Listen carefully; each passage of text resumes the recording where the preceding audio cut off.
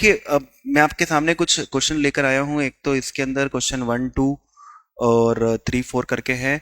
इसमें total income के questions है और साथ में एएमटी करके भी है। चलो, पहले तो अपन देखो, एक एएमटी करके कॉन्सेप्ट है। वो एएमटी का कॉन्सेप्ट क्या कहता है? Alternate minimum tax. Alternate minimum tax का जो सेक्शन है वो 115 जेसी है। 115 जेसी ऑल्टरनेट मिनिमम टैक्स जो है वो कब एप्लीकेबल होता है वो समझना। अगर देखो, जैसे कुछ सेक्शन है जिसमें आप बेनिफिट ले लेते हो। मैं दो सेक्शन की मेजरली बात करना चाहूंगा यहाँ पर। क्या है यार ये? एक तो सेक्शन 35 एडी करके है और एक सेक्शन 10 है। बच्चों, सेक्शन 35 एडी में क्या बेनिफिट मिलता है? जो भी हम असेट खरीदते हैं उसकी 100% क्या मिल जाती है? डिडक्शन। ठीक है। और एक सेक्शन है 10 जिसमें सेज में जो लोग काम करते हैं और उनका एक्सपोर्ट टर्नओवर से रिलेटेड जो प्रॉफिट होता है उनको क्या मिल जाती है? एग्जम्पशन। अच्छा, एक बात बताओ, 35 एडी का बेनिफिट ले लिया होगा तो ग्रॉस टोटल इनकम कम हो गई होगी। आपकी ग्रॉस टोटल इनकम कम हो गई होगी। ठीक है, ठीक है। इसके बाद 10 AA के अंदर भी बेनिफिट ले लिया होगा तो आपकी इनकम क्या हो चुकी होगी? टोटल इनकम कम हो गई होगी। तो हम क्या करते हैं, हम इनकम टैक्स वाले कहते हैं कि आपको टोटल इनकम पे टैक्स पे करना है और एडजस्टेड टोटल इनकम पे टैक्स पे करना है। एडजस्टेड टोटल इनकम पे टैक्स पे करना है, विच एवर इज हायर। आपको कौन सा टैक्स पे करना है? जो आपका किस पे आ रहा है? टोटल इनकम पे और एडजस्टेड टोटल इनकम पे, विच एवर इज हायर। अब एडजस्टेड टोटल इनकम कैसे निकालते? टोटल इनकम कैसे निकालते वो तो आपको पता है। एडजस्टेड टोटल इनकम का फॉर्मूला है adjusted total income equal to total income. Total income plus क्या कर दो, जो बेनिफिट आपने कहां लिया है? 10 AA में लिया है, वो बेनिफिट आप क्या कर दीजिए? प्लस कर दीजिए। That add that benefit, 10 AA का बेनिफिट ऐड कर दीजिए प्लस। फिर जो बेनिफिट आपने कहां लिया है? 35 AD में। वो 35 AD में जो आपने बेनिफिट लिया है वो बेनिफिट भी क्या कर दीजिए? ऐड कर दीजिए। और अगर आप 35 AD में जो बेनिफिट नहीं लेते तो उस पर क्या लगता? आपका डेप्रीसिएशन लगता। तो डेप्रीसिएशन आप क्या कर दीजिए? माइनस कर दीजिए। जैसे मान लो आपने डिडक्शन लिया होगा, आपने एक बिल्डिंग खरीदी होगी स्पेसिफाइड बिजनेस के लिए, 10 लाख की बिल्डिंग थी, तो 10 लाख पीएनएल में डेबिट कर देंगे। आपका प्रॉफिट कम हो गया होगा 10 लाख से, तो 10 लाख क्या कर दो? ऐड कर दो। लेकिन अगर आप 10 लाख का बेनिफिट नहीं लेते तो उसके ऊपर डेप्रीसिएशन चार्ज करते, या तो हाफ रेट से या फुल रेट से। आप डेप्रीसिएशन क्या कर दो? माइनस कर दो। और जो इनकम बेस्ड डिडक्शन है, आपने कुछ इनकम बेस्ड डिडक्शन जो है उसका बेनिफिट लिया है, इनकम बेस्ड डिडक्शंस का आपने क्या किया है बेनिफिट, तो उसको भी क्या कर दीजिए? प्लस कर दीजिए। इसके बाद क्या निकल जाएगी? आपकी एडजस्टेड जीटीआई। ये एडजस्टेड जीटीआई आएगी, इसके ऊपर 18.5% से क्या कैलकुलेट कर लो? टैक्स कैलकुलेट कर लो। ये एडजस्टेड जीटीआई पे 18.5% से टैक्स कर लो। ये आ जाएगा आपका बेसिक टैक्स। ये आ जाएगा आपका बेसिक टैक्स। फिर यहां पर देखो, अब आप बात करते हैं सर बेसिक टैक्स के बाद रिबेट भी होता है, सरचार्ज भी होता है, सेस भी होता है। तो बेटा सरचार्ज और सेस सेम रहेगा। सरचार्ज और सेस क्या रहेगा? सेम। अगर आपकी एडजस्टेड जीटीआई जो है वो 50 लाख से ज्यादा है और 1 करोड़ तक है, तो जो आपका सरचार्ज रहेगा 10% और फिर वो 15% और वो 25% और 37% करके वो सेम रहने वाला है। ठीक है। अब इधर देखना, ये एडजस्टेड जीटीआई के अंदर रिबेट मिलेगी क्या? रिबेट वगैरह मिलेगी क्या? तो बेटा मैं क्वेश्चन करवा रहा हूं। ठीक है। रिकॉर्डिंग बेटा मिल जाएगी, हो रही होगी तो मिल ही जाएगी। सुनो, अब मिल जाएगी। अब इधर देखो 18.5% है। अब मैं ये कहना चाह रहा हूं कि ये एडजस्टेड जीटीआई, ये एएमटी तभी एप्लीकेबल होता है जब आपकी एडजस्टेड जीटीआई 20 लाख से ज्यादा है। आपकी एडजस्टेड जीटीआई किससे ज्यादा है? 20 लाख से ज्यादा। मान लो कि एडजस्टेड जीटीआई निकल कर ही 2 लाख आ रही है, तो फिर एएमटी एप्लीकेबल नहीं है। तो फिर जो नॉर्मल टैक्स है वही आपको क्या करना पड़ेगा? पे। अगर वो है तो ही पे करना है, नहीं है तो आपको पे नहीं करना है। लेकिन याद रखना एएमटी की जो 20 लाख की लिमिट है वो पार्टनरशिप फर्म पे और एलएलपी के ऊपर एप्लीकेबल नहीं होती है। मतलब उनका अगर एडजस्टेड जीटीआई 5 लाख है तो भी उन्हें क्या करना पड़ेगा, 18.5% से अल्टरनेट मिनिमम टैक्स पे करना पड़ेगा। और अल्टरनेट मिनिमम टैक्स कंपनीज के ऊपर अप्लाई नहीं होता है, कंपनी के ऊपर बिल्कुल अप्लाई नहीं होता, क्योंकि कंपनी के ऊपर 115 जेबी अप्लाई होता है, that is minimum alternate tax. ठीक है बेटा, क्वेश्चन आ जाएगा है ना। ठीक है, सो ये आप कर लीजिए, इसके बाद आपको पता चल जाएगा कि कितना टैक्स आपको पे करना है। एक बेसिक ओवरव्यू दिया मैंने आप लोगों को एएमटी का। Let's come to the question fast. Rosy and Mary are sister, total income के भी क्वेश्चन है, और टोटल इनकम के साथ हो सकता है 10AA भी आ जाए, 10AA आ जाएगा तो एएमटी भी आ जाएगा। तो मैंने ऐसे 4 क्वेश्चन सेलेक्ट किए जो आपको कर लेने चाहिए। Rosie and Mary are sisters, born and brought up at Mumbai. Rosie got बड़ा एक्सट्रीमली सॉरी, आप लोगों के डाउट्स मैं देख नहीं रहा हूं, मेरे को ये जो करवाना है वही देख रहा हूं। इन 1982 एंड सेटल्ड एंड कनाडा, वो सेटल हो गई 19, शादी वादी करके बाहर रहने लग गई हो। तो मैरी गॉट मैरिड, मैरी की मैरी हो गई, फिर and settled in Mumbai, Mary Mary में है और मैरी मुंबई में है। Both both of them are below 60, दोनों 60 से कम की है। ठीक है साहब, ये नाम भी ऐसे ही रखते हैं। The following are the details, Rosie की डिटेल्स ये है। तो रोजी नॉन रेसिडेंट है और मेरी क्या है, रेसिडेंट है, पहले ही लिख के रख लो भाई, बार बार दिक्कत होगी। Pension receipt from state government, pension receipt from state government, तो भैया इसका सोर्स क्या रहेगा, इंडिया। अब कुछ नहीं बोला है तो बेटा ये कम्यूटेड है कि अनकम्यूटेड है, तो मैं तो बनूंगा अनकम्यूटेड है। कम्यूट तो उसने स्पेशल करवाया होगा तो लिखा होगा। कौन सी पेंशन है, अनकम्यूटेड पेंशन। अनकम्यूटेड पेंशन तो सब इंसान के लिए क्या होती है, टैक्सेबल, गवर्नमेंट एम्प्लॉय है या फिर नॉन गवर्नमेंट एम्प्लॉय। ठीक है, pension from Canadian government, Canadian government से जो पेंशन मिलती है तो वो आप देख लेना कि वो तो नॉन रेसिडेंट है। अब इसने लिखा तो है नहीं रिसीव्ड इन इंडिया है, तो सोर्स भी इंडिया नहीं है, तो बात ही खत्म हो गई, not taxable. Long term capital gain on sale of land at Mumbai, तो ये लॉन्ग टर्म कैपिटल गेन हुआ है। हाँ, अब इस क्वेश्चन में क्या आने वाला है, टैक्स कैलकुलेशन, जिसमें स्पेशल रेट को भी क्या करना है, इंक्लूड करना है। ठीक है, तो ये क्या रहेगा, 1 लाख रुपए टैक्सेबल रहेगा और ये 1 लाख रुपए भी क्या रहेगा, टैक्सेबल, दोनों के लिए। Short term capital gains on sale of shares, अच्छा लॉन्ग टर्म कैपिटल गेन 20% से क्या होता है दोस्तों, टैक्सेबल होता है 112 वाला, और जो short term capital gain STT paid होता है ये 111A के हिसाब से, जो 15% के हिसाब से क्या होता है, टैक्सेबल। ठीक है, ये दोनों क्या रहेंगे, टैक्सेबल, क्योंकि इंडियन कंपनी के शेयर से इसका सोर्स भी इंडिया रहेगा। एलआईसी प्रीमियम, ये ना एक बहुत बेवकूफ बनाते बार बार, एलआईसी प्रीमियम इंडिया के बाहर पे करी। देखो यार, एटीसी की कहीं रिक्वायरमेंट नहीं है कि आप इंडियन कंपनी को ये एलआईसी की प्रीमियम पे करे, आपको रिडक्शन मिलेगी। एलआईसी की प्रीमियम पे करी, इसमें 10,000, एटीसी में रिडक्शन मिल जाएगी। और प्रीमियम पेड टू कैनेडियन, हाँ ये आ गया पॉइंट इसमें, कैनेडियन लाइफ इंश्योरेंस पॉलिसी, अगर कहीं नहीं बताया कि भैया इंडियन इंश्योरेंस कंपनी से ही इंश्योरेंस कराओगे तो एटीसी की रिडक्शन मिलेगी, आप माइनस करिए दोनों को।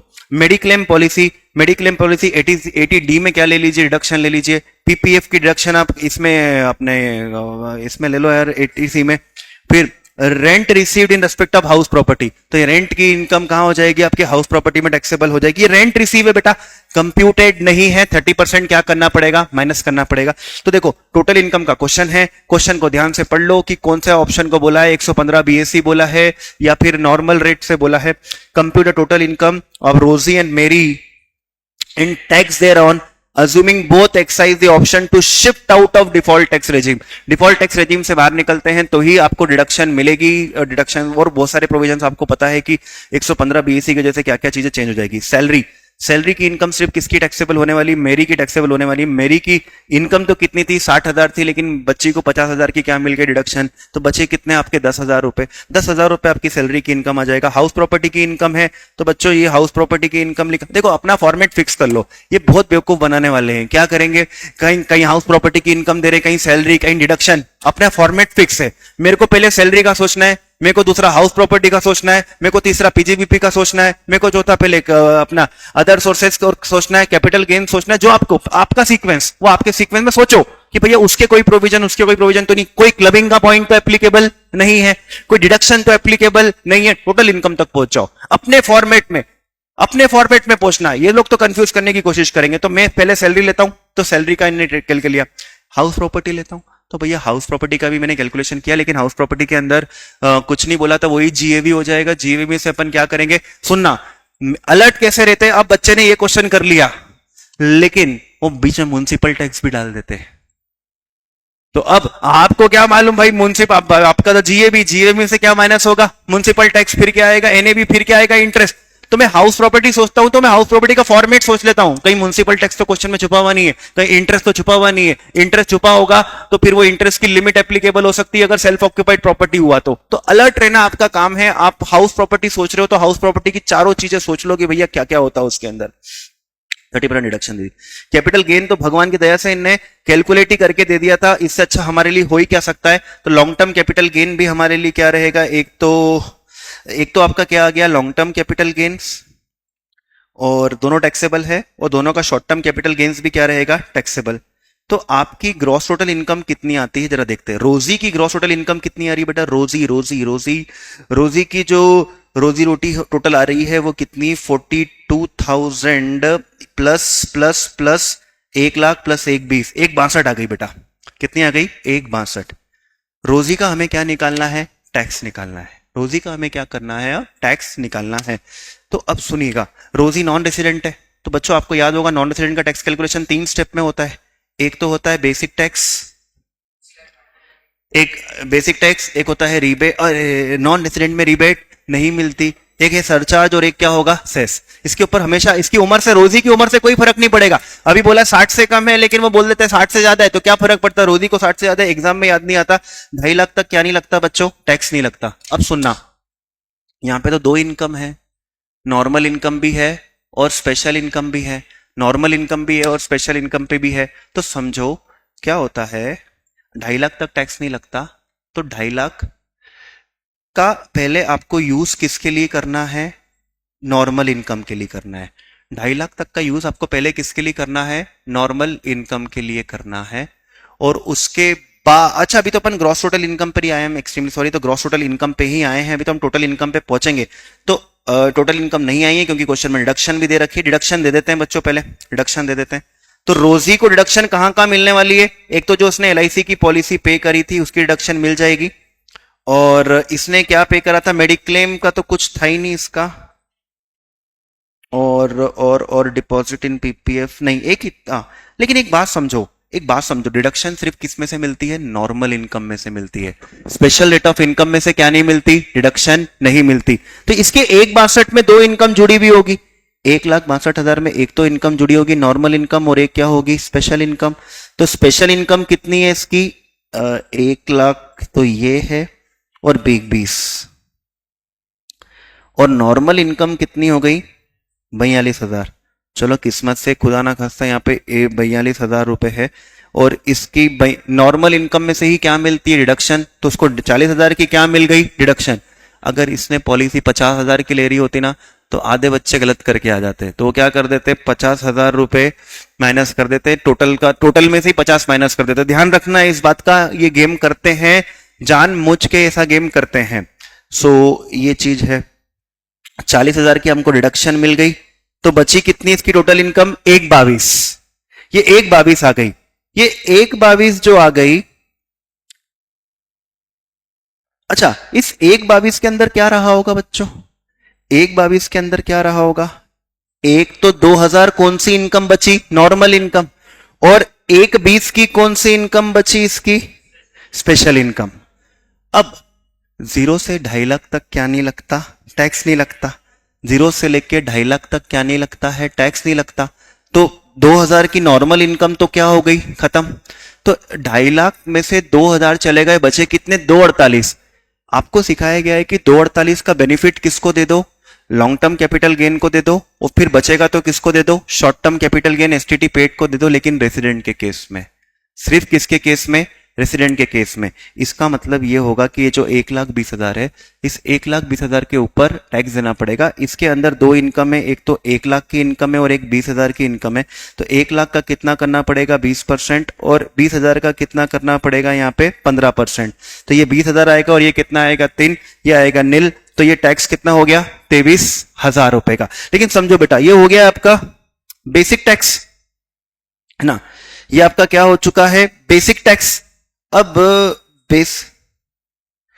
अब इसके बाद रिबेट तो बेटा इसको मिलेगी नहीं, सरचार्ज लगेगा नहीं, तो 4% का क्या जोड़ दिया इसने, सेस। तो 23,900 कितना आ चुका है 20। तो जो बच्चे बारीक गलतियां करते हैं, एक तो स्पेशल इनकम में से भी रिडक्शन दे देते हैं, और दूसरा जो बेसिक एग्जाम्पशन लिमिट का फायदा स्पेशल इनकम को देना होता है वो भी दे देते हैं, तो ये क्वेश्चन जो करके जाएगा वो ये गलती नहीं करेगा, है ना। कैपिटल गेन की इनकम से रिडक्शन नहीं मिलता बेटा, नहीं मिलता। अब इधर देखो, इसके केस में क्या हुआ होगा, इसकी सैलरी कितनी आई होगी 10,000, इसकी हाउस प्रॉपर्टी की इनकम कितनी है, हाउस प्रॉपर्टी की इनकम 21,000, कैपिटल गेन्स की इनकम इतनी, तो टोटल इनकम इसकी कितनी हो गई 3,81,000। तो ये 3,81,000 इनकम हो चुकी है। तो इसके अंदर ये डिडक्शन देंगे तो हमको दो टाइप की इनकम को हटाना पड़ेगा, इसमें से 1 लाख और 2.5 लाख। 1 लाख और 2.5 लाख ये कितना है आपका 3.5 लाख, नहीं 3.5 लाख। तो 3.5 लाख तो आपकी कौन सी इनकम है, स्पेशल इनकम, और बची हुई कितनी इनकम है आपकी 31,000 की, ये कौन सी इनकम है, नॉर्मल इनकम, ये आपकी नॉर्मल इनकम है। अब डिडक्शन इसने कहां मांगी है, रे मेरी ने बोला है कि मेरे को दो 10,000 की डिडक्शन, फिर 1,25 की मांग रही है, इतना थोड़ी देंगे इसको, बोलना हट, कितनी की नॉर्मल इनकम है तेरी 31 की, तो 31 पूरा क्या कर देंगे, हटा देंगे, तो इसकी नॉर्मल इनकम पूरी की पूरी क्या हो गई, खत्म। तो इसके 3.5 लाख का क्या बच गया, टोटल इनकम। तो यही इनकम आ रही है इसकी, 3.5 लाख की क्या आ गई, इसकी टोटल इनकम आ चुकी है। अब सुनना, 3.5 लाख की इनकम के ऊपर हम क्या करेंगे, टैक्स कैलकुलेट करेंगे। तो 2.5 लाख तक की इनकम पे तो क्या नहीं लगता है टैक्स, लेकिन वो 2.5 लाख पहले किससे यूज करेंगे, कोयल ध्यान से सुना, आप जो पूछ रहे, वो 2.5 लाख जो बचे है ना, वो किसके लिए यूज करना था, पहले नॉर्मल नहीं तो किसके लिए यूज कर सकते हैं, लॉन्ग टर्म, और फिर बचेगा तो किसके लिए कर सकते हैं, शॉर्ट टर्म। पहले लॉन्ग टर्म फिर शॉर्ट टर्म, क्योंकि लॉन्ग टर्म के रेट क्या होते हैं, ज्यादा, ठीक है। ऐसा मैंने नॉन रेसिडेंट के केस में क्यों नहीं किया, क्योंकि नॉन रेसिडेंट के केस में वो ऐसे बेसिक एग्जम्पशन लिमिट यूज करने का ऑप्शन अवेलेबल नहीं है। तो हमने यहां पर टैक्स पे किया होगा, शॉर्ट टर्म का कितना था इसका, शॉर्ट टर्म, हाँ 1 लाख है, हाँ पहले तो इधर, तो 1 लाख तो पूरा लॉन्ग टर्म से चला गया। अब बचा हुआ कितना था आपका 1.5 लाख, तो 1.5 लाख कहां से चले गए, आपके short term capital gain STD पे से चले गए। तो ये आपका बचा है सिर्फ और सिर्फ 1 लाख, और 1 लाख के ऊपर कितना टैक्स देंगे, 15%, तो ये कितना हो जाएगा 15,000। लेकिन बच्चे सुन, इसकी टोटल इनकम कितनी आई थी, 3.5 लाख। 3.5 लाख की तो रिबेट भी मिल जाएगी, रेसिडेंट है तो रिबेट भी मिल जाएगी। रिबेट कितने की मिलेगी, 12,500 की। तो 15,000 में से कितना चला गया, 12,500 ये बचा, और इतना बचा, और इसके ऊपर 4% क्या जोड़ दिया। एक काम करता हूं, अभी जस्ट मैंने ना ये ना, अरे यार नहीं, तुमको नहीं भेज सकते, बहुत अमेंडमेंट है, छोड़ो।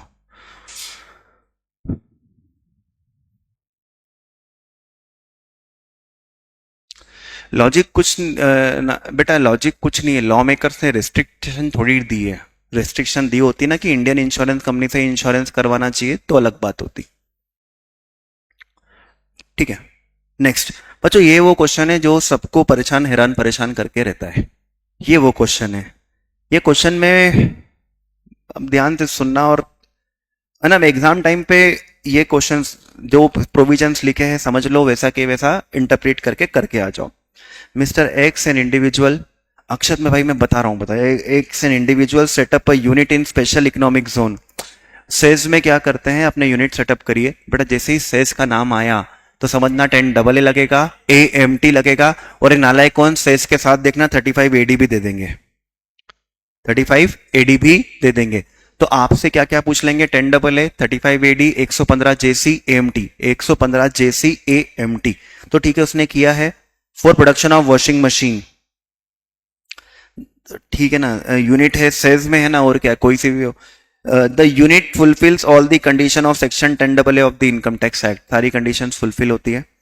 During the financial year he has also set up a warehousing facility. Warehouse 35 AD में क्या होता है, डिडक्शन के लिए एलिजिबल होता है। For storage of agriculture produce, for storage of agriculture produce, ठीक है, एग्रीकल्चर प्रोड्यूस या फिर शुगर, है ना, वेयर हाउस फॉर शुगर।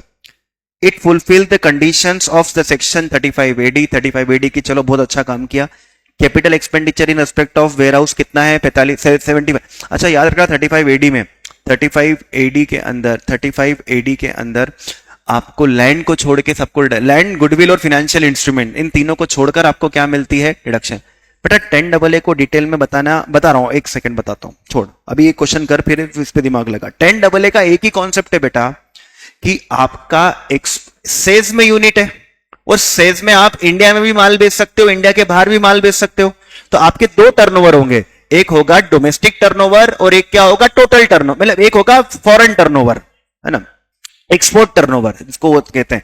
मान ले तेरा 3 करोड़ का एक्सपोर्ट टर्नओवर है और 2 करोड़ का डोमेस्टिक टर्नओवर है और तेरे को 60 लाख का प्रॉफिट हुआ है, तो बेटा 60 लाख के प्रॉफिट को 5:3 में क्या सॉरी अपना 3:2 में 3 करोड़ एक्सपोर्ट है और 2 करोड़ का क्या है आपका डोमेस्टिक, 60 लाख के प्रॉफिट को 3:2 में बांट दे। अब जो एक्सपोर्ट टर्नओवर से रिलेटेड प्रॉफिट आएगा ना वो 10AA में एग्जम्प्ट होता है। वो 10AA में क्या होता है एग्जम्प्ट।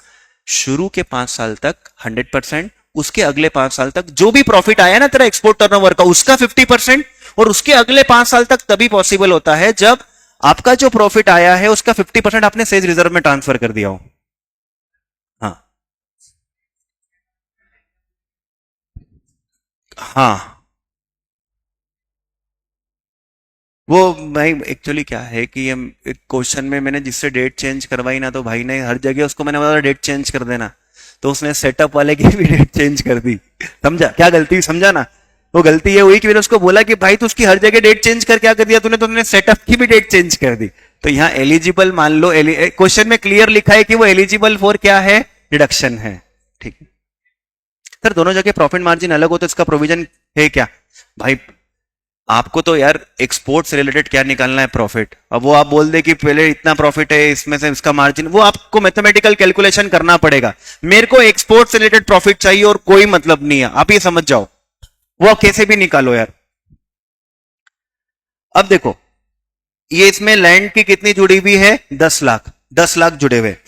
अब profit in of unit located in SEZ, SEZ का जो प्रॉफिट है वो कितना है 40। सुनो सेस में इंडिया में भी माल जाता है तो ये प्रॉफिट टोटल टर्नओवर का है। एक्सपोर्ट टर्नओवर कितना है इसका 80 लाख और डोमेस्टिक टेल अपना कितना है 20 लाख। तो आप बताओ ये डोमेस्टिक कितना है, तो ये 40 लाख को किस में बांटना चाहिए 8:2 यानी क्या बोलते हैं इसको 4:1, 4:1 के रेशो में क्या करेंगे डिवाइड करेंगे। तो बेटा ये 40 लाख के प्रॉफिट को 4:1 में डिवाइड करना, एक आएगा 32 लाख, 32 लाख क्या हो जाएगा आपका एग्जाम, क्योंकि ये किससे रिलेटेड है एक्सपोर्ट, और 8 लाख से रिलेटेड जो प्रॉफिट है वो क्या हो जाएगा टैक्सेबल। ठीक है देखते हैं आगे ने क्या किया है, तो ये 20 लाख है। अब प्रॉफिट फ्रॉम ऑपरेशन ऑफ ये 35 एडी है, ये किसका है 35 एडी, ये 35 एडी का प्रॉफिट है। 35 एडी का प्रॉफिट इसमें ये जीरो नीचे यहां 1 करोड़ 5 लाख है। 35 एडी का प्रॉफिट कितना है 1 करोड़ 5 लाख। तो अभी मेरे को क्या पता चल गया 32 लाख का प्रॉफिट जो है वो किसका है एक्सपोर्ट का, 8 लाख का प्रॉफिट जो है वो किसका है वो भी सेस का है, ये भी सेस का है, ये भी सेस का है, लेकिन ये डोमेस्टिक टर्नओवर का है। ठीक है मतलब ये टैक्सेबल है और ये 32 लाख क्या है एग्जम्प्ट है। और ये 1 करोड़ जो 5 लाख है, ये 1 करोड़ 5 लाख एग्जम्प्ट नहीं है। वो उसमें क्या होता है, उसमें ये होता है कि जो 35 एडी वाला प्रॉफिट होता है वो 35 एडी के प्रॉफिट में से हम क्या करते हैं डिडक्शन दे देते हैं, डिडक्शन दे देते हैं। अगर आपने बिल्डिंग खरीदी तो 100% आपको क्या मिल जाएगी डिडक्शन। तो इस 1 करोड़ 5 लाख में से अपन 60 लाख क्या कर देंगे माइनस कर देंगे, है ना 6% जो भी अमाउंट होगा उसका 65 हम क्या कर देंगे माइनस करेंगे, तो आपका प्रॉफिट निकल कर आएगा। तो देखो इसने क्या लिखा है कि आपको, अच्छा ये क्वेश्चन अच्छा है, इसने डिफॉल्ट टैक्स रेजिम भी बोल दिया है और नॉर्मल टैक्स रेजिम भी बोल दिया है। तो भैया इसमें ये करना है, मतलब इसको कर लिया तो आपको अगर सिमिलर क्वेश्चन मिल जाए एग्जाम में तो अच्छा रहेगा। तो देखो इसमें आपको डिफॉल्ट टैक्स रेजिम जब होता है ना तो ना 10AA का बेनिफिट मिलता है, ना 35 एडी का बेनिफिट मिलता है और ना एएमटी लगता है। जब डिफॉल्ट टैक्स रेजिम होता है तो ना 10AA का बेनिफिट मिलता है, ना ही आपका 35 एडी का बेनिफिट मिलता है और ना ही एएमटी एप्लीकेबल होता है। तो ठीक है प्रॉफिट फ्रॉम सेल्स बिजनेस पूरा की पूरा लेना पड़ेगा बेटा 40 लाख, और 40 लाख लेना पड़ेगा। और हमने क्या कर रखा है, इनने कुछ बोला है आगे, अपन देखते हैं। हाँ, compute the income under this regime. अब देखो, बिफोर कंसिडरिंग 35 एडी, हाँ मैं ये देखना चाह रहा था कि क्या इस प्रॉफिट में से कुछ एडजस्टमेंट तो नहीं है, तो इनने बोला नहीं, अभी ये प्रॉफिट है, इसमें से हमने 35 एडी का कोई बेनिफिट नहीं लिया है। तो बेटा देख, 35 एडी का बेनिफिट तो नहीं मिलेगा 1,05,00,000 में से, लेकिन जो बिल्डिंग है 65 लाख की, 65 लाख की बिल्डिंग का जो डेप्रिसिएशन है वो तो मिल जाएगा। क्योंकि आप याद रखना, 30 आप 115 बीएसी चूज करते हो, डिफॉल्ट टैक्स रेजिम चूज करते हो, तो एडिशनल डेप्रिसिएशन का बेनिफिट नहीं मिलता है, लेकिन नॉर्मल का तो आपको क्या मिल जाता है बेनिफिट। तो हम 65 लाख का 10%, वो भी चेक कर लेना कि 180 दिन या उससे ज्यादा यूज हुआ है या फिर नहीं हुआ है, तो उसका हम कितना कर देंगे 10%, 35 लाख का 10%, 6,50,000। तो 1,05,00,000 में से कितना चला गया, 6,50,000, तो बचा कितना 98,50,000। तो भाई की दो इनकम हो गई, एक तो ये पूरी सेल्स की इनकम, और एक इनकम कौन सी हो गई आपकी, ये स्पेसिफाइड बिजनेस वाली। तो टोटल इनकम कितनी हो गई है, टोटल इनकम इज 1,38,50,000, 1,38,50,000 की टोटल इनकम हो गई है।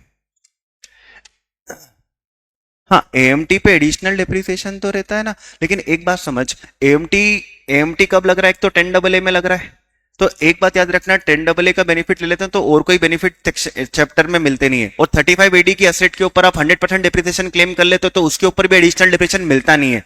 तो आप जो बोल रहे हो वो पॉसिबल नहीं है ना, वो पॉसिबल नहीं है।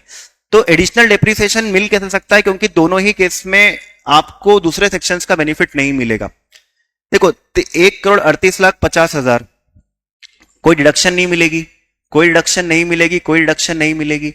अब डिडक्शन नहीं मिली तो इसके ऊपर अपन क्या ऐड कर देंगे, सरचार्ज ऐड करेंगे। सरचार्ज कितना, 1 करोड़ से ज्यादा 2 करोड़ तक 15%, तो ये सरचार्ज ऐड कर दिया, और ये सेस वगैरह ऐड करके टोटल टैक्स लाइबिलिटी आ गई। और यहां पर एएमटी एप्लीकेबल नहीं है ना, एएमटी एप्लीकेबल ही नहीं है, कुछ भी नहीं, तो आपको इतना टैक्स क्या करना पड़ेगा, टैक्स पे करना पड़ेगा। अगर आप डिफॉल्ट टैक्स रेजिम से ऑप्ट आउट कर लेते और क्या चूज कर लेते, ओटीआर चूज कर लेते, ओटीआर आप चूज कर लेते ना, तो क्या निकल कर आता, आपका प्रॉफिट निकल कर आता सेस से, profit from unit in SEZ. लेकिन बेटा उसका 10AA में एग्जम्पशन मिल जाता, तो जो एक्सपोर्ट रिलेटेड प्रॉफिट था वो एग्जम्प्ट हो जाता। ये 6,50,000 कैसे आया बेटा, 65, आपको 35 एडी का बेनिफिट नहीं मिलेगा, लेकिन डेप्रिसिएशन तो मिलेगा, डेप्रिसिएशन तो मिलेगा, मिला ना डेप्रिसिएशन। तो हमने कितना किया, 65 लाख का 10%। एएमटी एप्लीकेबल क्यों नहीं है बेटा, एएमटी इसलिए एप्लीकेबल नहीं क्योंकि 115 बीएसी डिफॉल्ट टैक्स रेजिम में एएमटी नहीं लगता। अजब बात, अब तू खुद भी सोच, 35 एडी का बेनिफिट नहीं मिला, 10AA का बेनिफिट ही नहीं मिला, तो बेनिफिट नहीं मिला तो एएमटी लगा के मतलब क्या है। हाँ, अब देखो, अब ये हो गया, सेल्स की इनकम कितनी आ गई, 8 लाख, सेल्स की इनकम कितनी आ गई, 8 लाख। वेयरहाउसिंग का जो प्रॉफिट निकल कर आया वो कितना निकल कर आया था, 1,05,00,000। लेकिन अब किसका बेनिफिट मिल जाएगा, 35 एडी का। तो जो बिल्डिंग है वो पूरी की पूरी P&L में डेबिट हो जाएगी, तो 65 लाख हमने क्या कर दिए, माइनस कर दिए, तो बचा कितना आपका ये 40 लाख। तो आगे आपकी टोटल इनकम कितनी, 48 lakh. Your total income is 48 lakh. अब इस 48 लाख पे क्या कैलकुलेट करेंगे टैक्स, तो 0 से लेके 2.5 लाख तक, 2.5 लाख से कौन है, कौन ये कौन है, ये एक्स ही है ना, ठीक है, एक्स से तो बेटा निपटा उसको। 0 से लेके 2.5 लाख तक, 2.5 से लेके 5 तक, 5 से लेके 10 तक कर लो, तो जो भी करोगे वो आएगा 12,52,500 आ गया। इसके ऊपर सेज वेज जोड़ा, अच्छा लग रहा है जोड़ दो, क्योंकि सरचार्ज तो लगेगा ही नहीं, 50 लाख से ज्यादा हुआ नहीं है। ये आ गई आपकी tax liability. Round of found of ध्यान रख लेना, 288 है, 288 भी कभी जोश जोश में भूल मत जाना, ठीक है। फिर इसके बाद अब नॉर्मल प्रोविजन था, तो एएमटी क्या हो जाएगा, एप्लीकेबल। अब एएमटी एप्लीकेबल हो जाएगा, तो एएमटी कैसे निकलता है बेटा, एएमटी का अपन ने क्या फॉर्मूला बनाया था, जो total income, adjusted total income find out करनी पड़ेगी। एडजस्टेड टोटल इनकम कैसे आएगी, जो भी आपकी क्या होगी टोटल इनकम, उसमें ये जो टोटल इनकम थी, ये टोटल इनकम कितनी थी 48 लाख, इसमें क्या ऐड कर दो, जितना आपने 10AA का क्या लिया है बेनिफिट, तो बेनिफिट कितना लिया है 32 लाख को क्या कर दो ऐड, और क्या ऐड कर दो, जो बेनिफिट आपने किस में लिया है 65 लाख का, वो बेनिफिट भी क्या कर दो ऐड कर दो। लेकिन बेटा ये 65 लाख का बेनिफिट नहीं लेते तो 6 लाख का डेप्रिसिएशन भी तो आपको क्या हो जाता, मिल जाता। इनका फॉर्मेशन टैक्सेबल इनकम नहीं, एडजस्टेड टोटल इनकम। हेमंत का कहना है कि सर, हाँ 6.5 लिखा है बेटा, 6.5 लिखा है, तो अब वो 6.5 लाख तक का ही क्या मिलेगा, वो डेप्रिसिएशन आएगा। तो ये देख, adjusted DTI is more than 20 lakh ना बेटा, देख कितना आ गया, ये आ गई 1,38,50,000 आ गई ना, इसमें अपन ये कर दिया, इसके ऊपर क्या निपटा दो 18% का एएमटी, ये 18% का एएमटी आ गया, ये 18% का एएमटी प्लस अब क्या हो गया 1 करोड़, ऊपर जाता हो तो 15% का क्या लग जाएगा आपका, 15% से सरचार्ज, और 4% का क्या लग जाएगा सेस। आपका टैक्स बन रहा है इतना, नॉर्मल में कितना टैक्स बन रहा था 13,02,600, इसमें टैक्स कितना बन रहा है 30,64,000, पे करो विच एवर इज हायर। ठीक है, आपको क्या करना पड़ेगा, विच एवर इज हायर।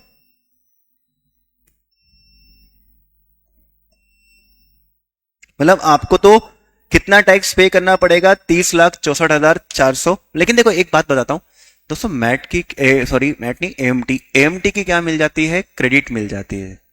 हम जो एक्स्ट्रा क्या कर रहे हैं पे कर रहे हैं, मतलब हमारा टैक्स तो कितना बनना चाहिए था 13,02,600, लेकिन हम थोड़ा क्या कर रहे हैं एक्स्ट्रा टैक्स पे कर रहे हैं, हम जो डिफरेंस ज्यादा पे कर रहे हैं, मतलब कितना टैक्स पे कर रहे हैं 17,61,850, इसकी हमें क्रेडिट मिलेगी। क्रेडिट जैसे जीएसटी में क्रेडिट होती है ना, वैसे आपको क्या मिल जाएगी क्रेडिट, आपने अभी आपने ज्यादा पे कर दिया। अब एक टाइम तो ऐसा आएगा ना जब आपका नॉर्मल टैक्स ज्यादा होगा और आपका एएमटी क्या बनेगा कम, क्योंकि उन रेस्पेक्टिव सेक्शंस में आपको बेनिफिट मिलना बंद हो जाएगा। तो एक दिन ऐसा आएगा जब आपका नॉर्मल टैक्स ज्यादा होगा और एएमटी क्या होगा कम होगा। उस टाइम पे जब आप नॉर्मल टैक्स पे करोगे तो जितना आपने एक्स्ट्रा एक्स्ट्रा क्रेडिट इकट्ठी करी है वो यूज करते जाओगे, बट क्रेडिट पे मत जाओ, क्रेडिट काम की नहीं है अपने को। बस इतना, एएमटी का क्रेडिट के बारे में डिटेल में आपको फाइनल में पढ़ाया जाएगा, है ना। एएमटी क्रेडिट, हाँ 15 साल तक चलती है। ओ हो, भाई ने एक क्वेश्चन जबरदस्त पूछ लिया तो बोल देता हूं। उसने पूछ लिया कि सर अगर ये कैलकुलेट करते टाइम, एएमटी कैलकुलेट करते time special rate of income होगी तो क्या होगा। तो स्पेशल इनकम पे तो स्पेशल तरीके से करना पड़ेगा भाई, और बची हुई इनकम के ऊपर एएमटी की तरह करना पड़ेगा, है ना, वैसा ही। हाँ स्पेशल रेट पे नहीं, स्पेशल रेट तो स्पेशल रेट से टैक्सेबल होगी, स्पेशल रेट तो स्पेशल रेट से टैक्सेबल होगी। सर स्पेशल इनकम पे लगने वाले, हाँ ठीक है वो मैंने बता दिया आपकी बात। सर एएमटी इंपॉर्टेंट है क्या, सुनना बे, एक फॉर्मूला रटना है और ये क्वेश्चन रटना है, उसके बाद भी तेरे को बोल रहा है क्या करना है, यही करके जा ये क्वेश्चन, और मत दिमाग लगा, और कुछ नहीं करना, यही करना है।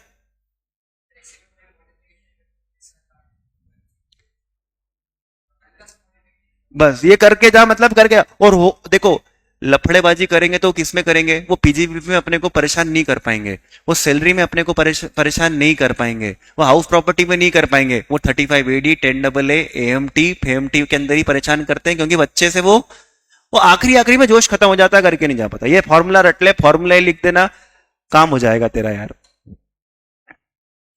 और सेक्शन याद रखना, 10AA कोट करना है, 35AD कोट करना है, 115 जेसी कोट करना है। 40B लगा रहे हैं, हाँ यार देखो इनकम टैक्स है बेटा, कभी भी कुछ भी लगा देते रहे, देखो यार वो 40B तो लग ही जाता है, पार्टनरशिप फर्म होगी यार वो, है ना। अच्छा याद रखना, पार्टनरशिप फर्म है ना, पार्टनरशिप फर्म है तो एडजस्टेड जीटीआई अगर 20 लाख से कम भी है तो भी आपको क्या करना है, एएमटी एप्लीकेबल करना है। और जब पार्टनरशिप फर्म का प्रॉफिट निकालेगा तो 40B लगेगा ही लगेगा यार, ऐसे तो वो कुछ भी मर्ज कर देंगे। आप आप आरटीपी आरटीपी का क्वेश्चन है ना, आरटीपी एमटीपी का, मैंने कहा है आरटीपी एमटीपी में एक दो क्वेश्चन ऐसे होते हैं जिनको देख के आप घबरा जाओगे, घबराओ मत, एज इट इज देख लो, निपटा लो, एग्जाम टाइम पे प्रेशर नहीं लेते। चलो, हाँ इस टाइम पे कहाँ दिमाग लगाना, इस टाइम पे अपन घबराएंगे तो खेल ही खत्म हो जाएगा। शेर सामने खड़ा है, भागना थोड़ी है बेटा, शेर को देखते रहो। सर नॉर्मल प्रोविजन और रेगुलर प्रोविजन में क्या फर्क है? सेम तो है मेरे को, मेरे को तो सेम ही लग रहा है बेटा, नॉर्मल भी सेम लग रहे हैं, रेगुलर भी क्या लग रहे हैं, सेम लग रहे हैं, डिफॉल्ट अलग होता है यार।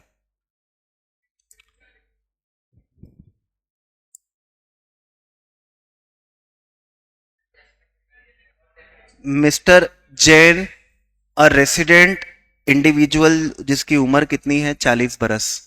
ये दो क्वेश्चन हो रहे बेटा, ये दो क्वेश्चन और कर लो तो तुम्हारा काम हो जाएगा। टोटल इनकम में तो ऐसे हैरान परेशान होते रहोगे। मिस्टर जैन है, रेसिडेंट है, सफर्स फ्रॉम सीवियर डिसेबिलिटी। बेटा सीवियर डिसेबिलिटी है तो मैं कुछ नहीं कर सकता, आपको याद होना चाहिए एटीयू, एटीयू में 125 की रिडक्शन दे देंगे इसको यार, दे देंगे, क्यों नहीं देंगे उसको, 125 ही बोला बेटा मैंने। हाँ। फिर फ्लैट फ्लैट, ठीक है। फिर he has paid life insurance premium by check.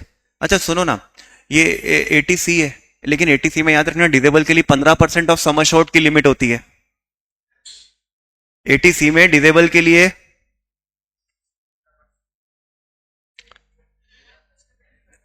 कब के लिए इसने पॉलिसी,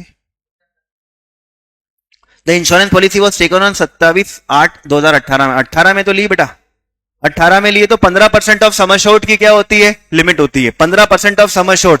तो सुनो ना, 220 का 15% करो ना, कितना होता है, हाँ सुनो, 27,000 की डिडक्शन मिल जाएगी, 1,25,000 नहीं लगेगा, 25,000 लगेगा ना, क्या बोल रही मुस्कान, क्यों बता, 1,25 क्यों नहीं लगेगा, 1,25 तो लगेगा, 1,25 तो लगेगा। सीवियर मतलब सीवियर, सीवियर मतलब 80% या उससे ज्यादा, हाँ वही कमा रहा है।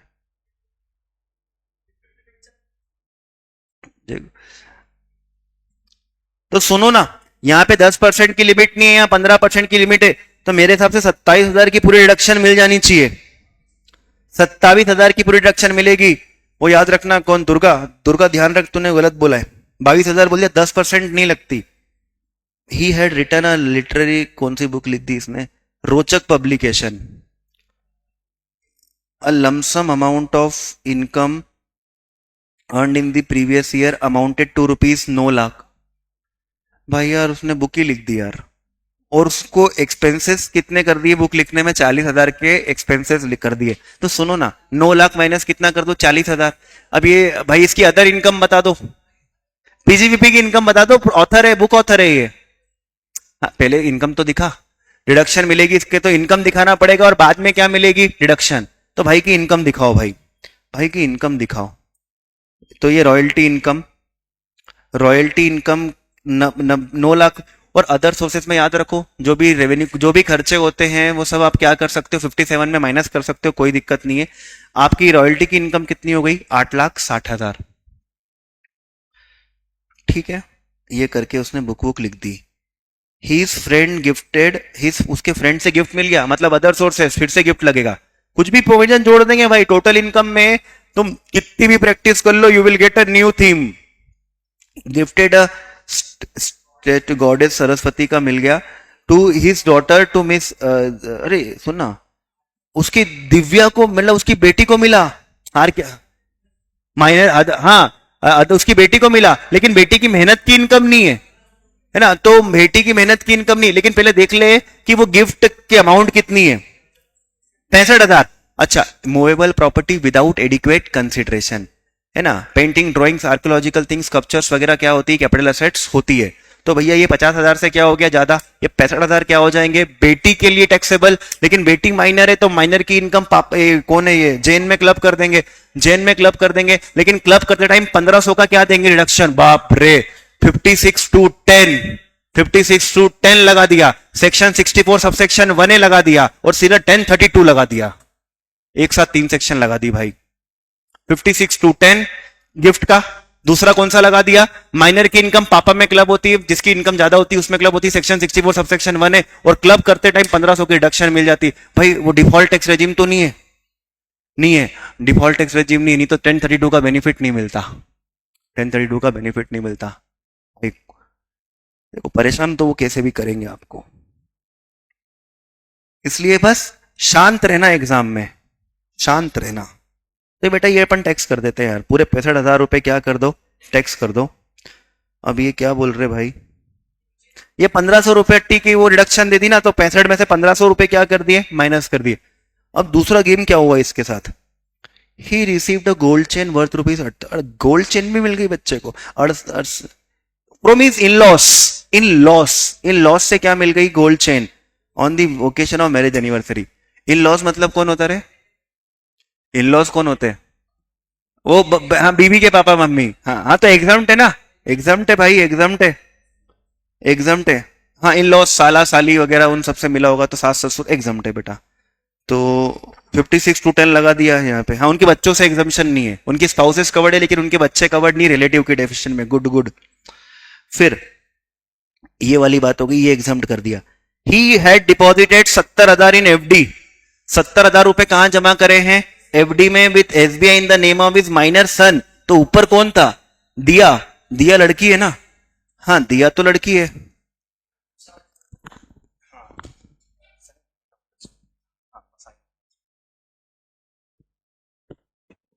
तो दिया लड़की है, ये लड़का है, हिज माइनर सन, और उसको इंटरेस्ट मिल गया। अरे माइनर की इनकम हो गई ना, माइनर की इनकम फिर से उठा के क्या करेंगे क्लब, और वो 1500 रुपए की जो एग्जाम्शन थी पर माइनर थी, पर माइनर थी। तुम एक सेकंड मैं बता रहा हूं है ना, पहले ये 5,500 में से कितना माइनस कर दो, 1500, 1500 माइनस कर देंगे तो बचेगा कितना, ये 4,000 रुपए तो क्या हो जाएंगे टैक्सेबल। डिडक्शन का दिमाग डिडक्शन पे लगा, अभी मत लगा, अभी लगाते हैं। फिर उसके बाद हाँ ये कह रहे हैं कि डिडक्शन मिलेगी क्या, ऐसा कहां लिखा 5 साल की एफडी करी, और एटीसी में 5 साल की एफडी की मिलती है। और दूसरी चीज भाई एटीसी में डिडक्शन चाहिए ना तो खुद के नाम पे इन्वेस्टमेंट करना पड़ता है, लेकिन तो कुछ कुछ जगह है जहां पे बच्चे और बीबी और पापा के नाम पे भी कर सकते हैं, लेकिन नहीं एफडी तो खुद के नाम पे करनी पड़ेगी। 500 हर ट्रांजेक्शन पे नहीं मिलेगी, हर बच्चे पे मिलेगी। हाँ और सुन, बच्चा डिजेबल है ना तो फिर बच्चे की इनकम क्लब नहीं होगी, पापा डिजेबल है चलेगा। ही डोनेटेड 5,000 इन कैश, धन्यवाद इसने डोनेशन कैश में कर दिया, धन्य हो। नहीं तो एटीजी का कैलकुलेशन करना पड़ता, और फिर वो एटीजी में 50% ऑफ क्वालिफाइंग लिमिट वगैरह करके लग के अपन दिमाग खराब हो जाता अपना। यहां पर उसने कैश में क्या कर दिया है, डोनेशन। तो भाई कैश में डोनेशन कर दिया है तो देख लो यार आप, 2,000 से ज्यादा का डोनेशन कैश में होता है तो वो एलिजिबल फॉर डिडक्शन नहीं होता है एटीजी। फिर he had taken a loan of rupees, और लोन ले लिया 38 लाख का for purchase of house property. House property की वैल्यूएशन कितनी है, 45 lakh. Self occupied house property है, और 1 मई 2020 को, 1 मई 2020, हाँ he repaid 1,80,000 during the year, out of which 1,05,000 rupees is principal and balance is for interest. मतलब इसने 1,80 क्या किया है, प्रिंसिपल का पेमेंट 1,80 टोटल पेमेंट किया है, इसमें से 1,05,000 किसका है। अच्छा हाउस प्रॉपर्टी के प्रिंसिपल का डिडक्शन मिलता है एटीसी में, और इंटरेस्ट का जो डिडक्शन मिलता है वो मिल जाता है अपना 24 बी में, 24 बी में मिल जाता है। तो इंटरेस्ट, लेकिन सुनना 2 लाख से ज्यादा होता है तभी डबल ई ए लगेगा, नहीं तो डबल ई लगने की बात ही नहीं है, 24 बी की बात हो जाएगी। तो यहां पर डज नॉट ऑप्ट फॉर ये। तो देख भाई इनकम फ्रॉम हाउस प्रॉपर्टी निकालो तो सेल्फ ऑक्यूपाइड प्रॉपर्टी उसकी नाउ 0 हो जाती है, और जो इंटरेस्ट है अपन ने क्या कर दिया, माइनस कर दिया, तो इस 75,000 क्या आ गया आपका, नेगेटिव। हाँ आउट ऑफ है, आउट ऑफ। तो इस अदर सोर्सेज में क्या हो गया भाई, अदर सोर्सेज में 8,60,000 की क्या हो गई इनकम, वो रॉयल्टी वाली, ठीक है। फिर इसके बाद इधर से अपन ने 63,500 का ये गिफ्ट निकाल लिया था, और 4,000 रुपए हैं, तो 4,000 रुपए अपन इधर से ये तो आ गया था, ये ग्रॉस टोटल इनकम आ गई। अब डिडक्शन दे देंगे, एक तो लाइफ इंश्योरेंस पॉलिसी की सर 1500 की डिडक्शन डिफॉल्ट में नहीं मिलती है, 1032 डिफॉल्ट में एप्लीकेबल नहीं है, नहीं है ना भैया। हाँ 27,000, 27,000 तो ये ले ले भाई। प्रिंसिपल अमाउंट का पेमेंट 132, लेकिन सुनो ना 27 और 132 150 से क्या ज्यादा हो रहे शायद। अच्छा 1.5 है रे, 1.5 है, 1.5 प्लस 27 कितना हो रहा है, 1.32। ठीक है। और भाई साहब बुक ऑथर है तो क्यूक्यूबी की डिडक्शन तो लेगा ही लेगा यार, 3 लाख तक की मैक्सिमम यार, अच्छा बच्चा है वो, 3 लाख तक की क्या दे देंगे अपन डिडक्शन। मैंने बोला था स्कूल बुक्स नहीं होना चाहिए, कोई मतलब कोई लिटरेचर वगैरह ऐसी कुछ बुक होना चाहिए, शेक्सपियर जैसी बुक लिखनी चाहिए। ओह हो। हाँ भाई हार्दिक यार, अच्छा क्वेश्चन पूछ रहा है तू। मैं बोल देता हूँ सबके लिए, सर वो पूछ रहा है कि interest on saving bank account होता तो टीटीए लग जाता, टीटीए लग जाता, टीटीए लग जाता। अपन ने एक क्वेश्चन किया था क्लास में दोस्तों, मैंने कहा था कि लॉ में कुछ भी नहीं लिखा उसके बारे में, लेकिन फिर भी टीटीए एप्लीकेबल हो सकता था वहां पे। Severe disable 1.25। हाउस प्रॉपर्टी का कैलकुलेशन अक्षत, हाउस प्रॉपर्टी की सेल्फ ऑक्यूपाइड प्रॉपर्टी, उसकी नाउ जीरो, नाउ जीरो कर दी, नाउ में से स्टैंडर्ड डिडक्शन मिलेगी नहीं, सिर्फ इंटरेस्ट डिडक्शन मिलेगी। तो इंटरेस्ट कितना है, इंटरेस्ट एक टोटल अमाउंट पे करिए 180, प्रिंसिपल अमाउंट 1.5 है, तो बचा हुआ इंटरेस्ट है ना 75,000 का, तो वो माइनस कर दिया ना बस, और क्या, सेट ऑफ कर दिया, हाउस प्रॉपर्टी का लॉस सेट ऑफ कर दिया अपन ने। देखो एक आज समझ गए आप कि इसमें बचना मुश्किल है, जिसने प्रोविजन पढ़ रखा है ना, कुछ भी खिचड़ी बन रही है कितना याद आएगा, try to take the step mark in this. इसमें क्या होते हैं, स्टेप मार्क्स मिलते हैं भाई। और स्टेप मार्क्स मिलेंगे कैसे, जिसका सेक्शन याद है वो सेक्शन लिख दो और नोट्स लिख दो, कुछ तो नंबर देगा वो आपको। और सुनना, मैंने आपको पहले ही बोल दिया है, शुरू के 15 मिनट पेपर पढ़ोगे ना तो ये देख लेना कि हमारे साथ क्या कांड हुए हैं, कि ऐसा क्वेश्चन तो नहीं आ गया जो मतलब बवंडरी है, तो वहां पर आपको जीएसटी पे अच्छा फोकस करना पड़ेगा। तो मैं क्या बोल सकता हूँ, इसको लेके अपन बैठ थोड़ी सकते, जीएसटी पे फोकस करिए, जीएसटी से अच्छे नंबर लाने की कोशिश कीजिए। और नहीं, और वहां पे ज्यादा टाइम मत दे देना भाई, वहां ज्यादा टाइम मत दे देना जीएसटी में, क्योंकि फिर डिफिकल्ट क्वेश्चन आया तो इधर सॉल्व करने के लिए दिमाग लगाने के लिए क्या लगेगा, थोड़ा टाइम। हाँ ये हाँ वो वही वही सारे क्वेश्चन वही है, ये सारे क्वेश्चन वही दिए नहीं मेरे सब्जेक्ट के साथ तो बहुत अच्छा होगा, देखना तुम लोग फोड़ के आओगे, मेरे को मालूम है, फोड़ोगे सब लोग फोड़ोगे। बस ये है कि यार देखो डरना नहीं है। अब जैसे ये क्वेश्चन तुम्हारे सामने आ गया, चतुर्वेदी तुम्हारे सामने आ गया, अब तुम पहली बार पढ़ रहे हो, अब देखो क्या होगा इसमें। The gross total income of Chaturvedi a resident in India was, और ग्रॉस टोटल इनकम ही दे दी भाई की, लो दिमाग ही नहीं लगाना अब तो। अब which include long term capital gain, तो भाई उसके ऊपर क्या इंक्लूडेड है, लॉन्ग टर्म कैपिटल गेन है 112 ए वाला, उसमें शॉर्ट टर्म कैपिटल गेन भी जुड़ा हुआ है। सुनो ना, शॉर्ट टर्म कैपिटल गेन 58,000 है ना, एसटीडी पेड नहीं लिखा है, ये नॉर्मल इनकम है। एसटीडी पेड लिखा होता तो क्या होता, स्पेशल रेट की इनकम होता, तो 111 ये लगता। Gross total income also include interest income from saving bank deposits, यार अरे टीटीए, अब तुम बोल रहे थे ना टीटीए, यहां आ गया टीटीए, ठीक है। विद बैंक्स 40,000 ऑन एफडी, इसकी इसकी एज देख लो भाई, चतुर्वेदी कितना 70 साल का है, और टीटी भी लगेगा इसके लिए, इसके लिए क्या लगेगा, टीटी भी 50,000 की डिडक्शन सेविंग पे भी मिलेगी, उस पर भी मिलेगी, ठीक है। फिर चतुर्वेदी ने पीपीएफ में इन्वेस्ट करा है, एटीसी लग जाएगा इसके लिए। And also paid medical insurance premium 51,000 की। सुनो ना, इसकी एज कितनी है, 70, मेडिकल इंश्योरेंस दे भी रहा था इस उम्र में। एक काम देखो, पेरेंट्स की 50 और खुद की 50, एटीडी की लिमिट कितनी होगी, 50 ना, 50 ही होगी, 51 पे करा है इसने। सर पोस्ट ऑफिस में एडिशनल डिडक्शन मिलती है क्या, हाँ यार पोस्ट ऑफिस की 3500 रुपए की इनकम एग्जाम्प्ट होती है, तो उसके बाद जो इनकम जुड़ती है उसमें टीटी आप एडीडीबी की डिडक्शन ले सकते हो। पहले 3500 इनकम एग्जाम्प्ट होती है, और ज्वाइंट अकाउंट होगा तो 7,000 एग्जाम्प्ट होती है। मिस्टर चतुर्वेदी ने ये कर दिए भैया, कांड कर दिए, एटीजी लगवा दिया अपने को, एटीजी लगवा दिया क्योंकि उसने पब्लिक चैरिटेबल ट्रस्ट में कंट्रीब्यूट कर दिया है, अकाउंट पे ही चेक से कर दिया है भैया। Compute the total income and tax there on Chaturvedi, 70 साल का है, in a tax in efficient manner. तो भाई साहब वो इफिशिएंट मैनर बोल दे तो फिर तो अपन को संभलना पड़ेगा। एक बार वो लगाओ बेचारे के लिए ओटीआर और एक बार लगाओ डीटीआर। तो चलो पहले अपन क्या लगा देते, इसको डीटीआर निपटा देते इसका। इसकी ग्रॉस टोटल इनकम तो दे ही रखी थी।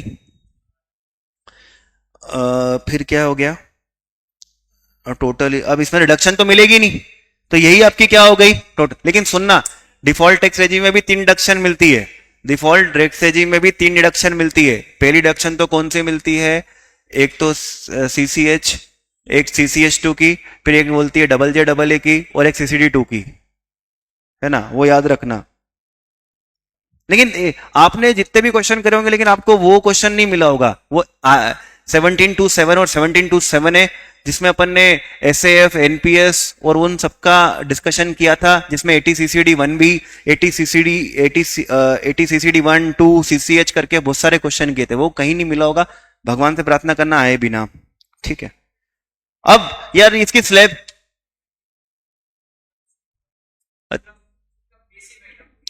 अच्छा वही था क्या, एक एमटी, वो मैंने बोला आरटीपी एमटी में एक क्वेश्चन ऐसा होता है जो डरा, डीटीआर की डिडक्शन बहुत कम आती है ना। हाँ यार सुनो ना, डीटीआर के तुम्हारे रेट, तुम्हारे स्लैब क्या थे, 0 से कितना 3 लाख और 3 से 6 था। अभी क्या नए में चेंज हो गया ना, नए में हमको, मेरे को नया वाला याद है, तो वो आप स्लैब से कैलकुलेट करना, स्लैब से कैलकुलेट करो, लेकिन लॉन्ग टर्म कैपिटल गेन का लॉन्ग टर्म से कैलकुलेट करो। वो तो आ गया। सुनना, ये डिफॉल्ट टैक्स रेजिम के अंदर 7 लाख तक की इनकम, टोटल इनकम होती है तो आपको रिबेट मिल जाती है 25,000 तक की। और भाई की इनकम कितनी है, 8,18,000, तो वो ज्यादा हो गई तो उसको रिबेट भी नहीं मिलेगी। उसका कैलकुलेशन कर लिया, ये आपका आंसर आएगा। ये आया था, भाई ने इसको राउंड ऑफ भी कर दिया, यहाँ सेक्शन 288 बी करके लिख सकते थे। फिर इसके बाद आती है डिफॉल्ट टैक्स रेजिम की बात। सही, डिफॉल्ट टैक्स रेजिम का हो गया, तो normal tax regime, normal tax regime के अंदर ये आपने कैलकुलेट कर रखा है, डिडक्शन मिल जाएगी। लेकिन सुनो, डिडक्शन सिर्फ किसमें से मिलेगी, नॉर्मल इनकम से। तो इसकी नॉर्मल इनकम कितनी है, 573 करके, नॉर्मल इनकम इसकी 573 है। अब इसने इसको डिडक्शन कहां कहां मिल रही है, भाई ने बहुत जगह गेम करे हैं। एक तो जो जो याद आए पहले तो वो लिखो, टीटी ए में नहीं टीटी बी में लिख दो, टीटी बी में 50 मिल रहे हैं, जो तो याद आ रहा है। एक तो टीटी बी कहां गए रे, टीटी बी, ये 50,000। अब एटीजी का तो पूरा खेल खेलना पड़ेगा अपने को। एटीडी में कितना करना पड़ेगा, 50,000, एटीडी की 50,000 मिल गई। और पीपीएफ में किया था तो पीपीएफ में कितनी मिल गई, 120, तो 120 ये। अब एटीजी, हाँ 100% किसके लिए थे, ओलंपिक एसोसिएशन।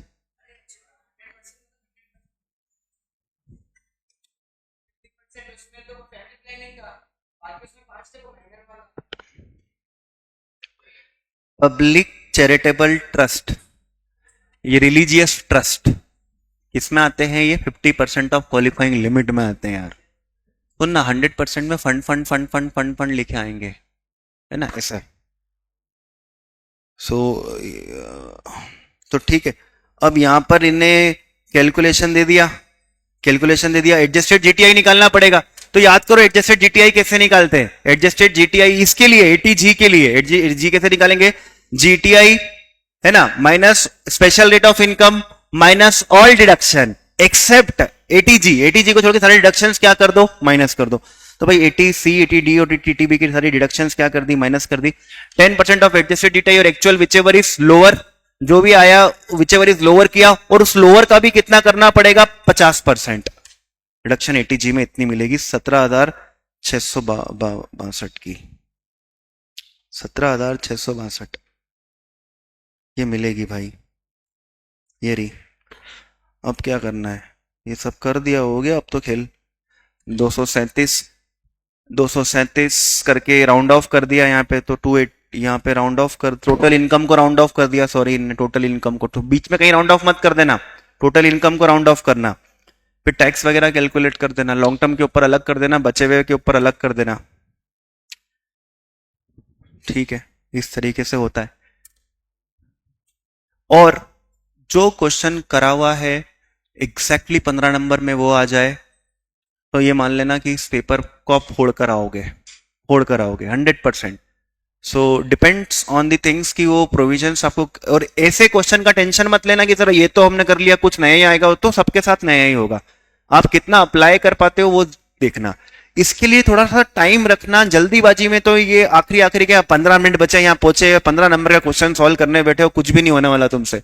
तो जितना इनकम टैक्स आता है सब लिख देना 15 मिनट में, और क्या है, वहां ऊपर जो लिखा हुआ है क्वेश्चन में उनके सारे सेक्शन को एक्सप्लेनेशन दे दो, और क्या कर सकते हो, और कुछ नहीं कर सकते। टाइम रखना है इस क्वेश्चन को सॉल्व करने के लिए। बिना सेक्शन के नंबर नहीं मिलेंगे, नहीं मिलेंगे, कम मिलेंगे। और आपका परफॉर्मेंस डिपेंड करता है कि आपने स्टार्टिंग में परफॉर्मेंस कैसा दिया है। ठीक है, सो ये 4 क्वेश्चन है मैंने भेज दिए हैं, और 4 भेज दूंगा, आपकी इच्छा हो तो वो भी टाइम मिले तो वो भी कर लेना, है ना। ऐसे तो नए नए क्वेश्चंस आते रहेंगे दोस्तों। AMT करके जाना, 10 AA करके जाना, वो मेरे को कहना था। ठीक है, ऑल दी बेस्ट, मिलते हैं, एंजॉय करो, पढ़ाई करो।